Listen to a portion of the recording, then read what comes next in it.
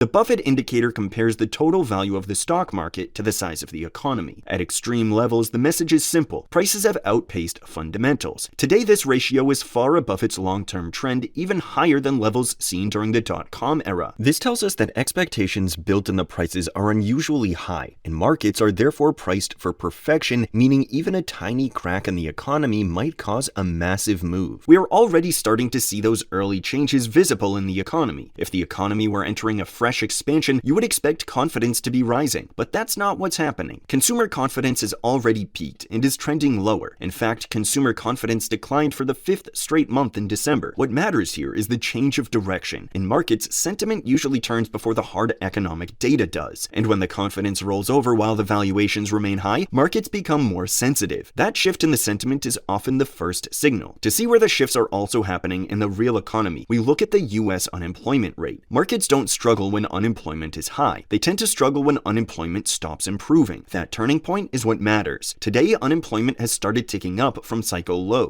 As of late 2025, the unemployment rate is now near its highest level since 2021 at 4.4%. Now, if the sentiment is shifting and the unemployment rate is ticking up, how healthy is the current market rally with S&P 500 hitting all-time highs? One way to judge how healthy a rally really is to ask a simple question: is the strength spread across the market or concentrated in just a few names? A useful way to see concentration is to compare the biggest stocks to the rest of the market. This line tracks the S&P 100 relative to the broader S&P 500. When it rises, it tells us the largest companies are doing most of the work. Notice what happened in the late 1990s. Leadership narrowed sharply in the years leading up to the dot-com peak. A small group of stocks kept pushing higher even as the rest of the market lagged. We're seeing a similar pattern today. Once again, the largest companies are outperforming the broader index. Historically, this kind of narrow leadership hasn't marked the start of new bull markets. It has tended to appear later in the cycle when returns become increasingly dependent on a few names continuing to deliver. But despite this, markets are still holding up. That's because economic growth is still positive.